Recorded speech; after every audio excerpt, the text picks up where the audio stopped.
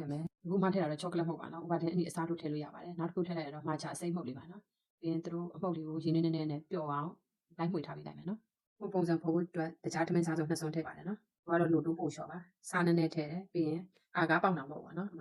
ဒီလက်ဖက်စားစုံနဲ့ပဲနှစ်စုံထည့်ပေးလိုက်ပါတယ်အခုမှထည့်လိုက်တာတော့ရင်နွေးပါနော်ဒီပိုပလင်းနဲ့ရင်နွေးတပလင်းအပြည့်ထည့်ပြီးတော့မတို့တခြားကိုပျော်အောင်ဒီအာကားမှုတ်လေးကြည့်အောင်မှွေပေးပါတယ်အခုမှထည့်လိုက်ရတော့လက်တဆိုင်ပဲနို့ဒူးသေးပါနော်ပြီးရင်အကုန်လုံးကိုပိုးလေးကိုထည့်ပြီးတော့အပူပေးမယ်တစ်ခွက်နှစ်ခွက်ပွက်လာရပါပြီနော်ပြီးရင်ခွက်လေးတွေကိုထည့်မယ်ထည့်ပြီးခုနအယောင်ဆက်လာတဲ့ခွက်ကိုလည်းထည့်မယ်အဲဒီဟိုဂျယ်လီခွက်ပုံစံမျိုးလေးလည်းထည့်ပေးလိုက်ပါတယ်နော်အယောင်ထည့်တဲ့ခွက်ကိုတော့အယောင်လေးနဲ့အောင်မှွေပေးဖို့လိုပါတယ်နော်မတို့ခွက်ကိုအလှဆင်ဖို့အတွက်အမကတော့ဒီအီမီကိုချောကလက်ကိတ်ပဲသုံးထားပါတယ်နော်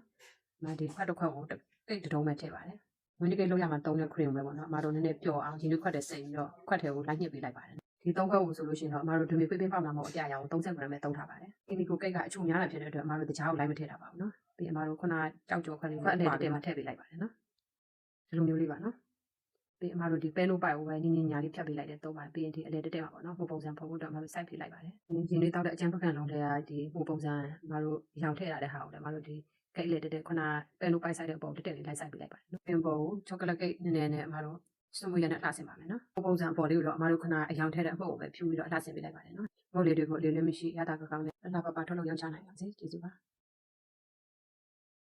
မာလာဖေးစနဲ့အတူနာမည်ကြီးလာတဲ့ဒီအချိုးပဲလုပ်လေးတွေကိုဒီမှာအကြရတာဖြစ်အောင်အမပြုလုပ်ပြထားပေးပါတယ်နော်သူကစားနိုင်ရင်အချိုးတိတ်မကဲပဲနဲ့ဆက်ဆက်လေးပါ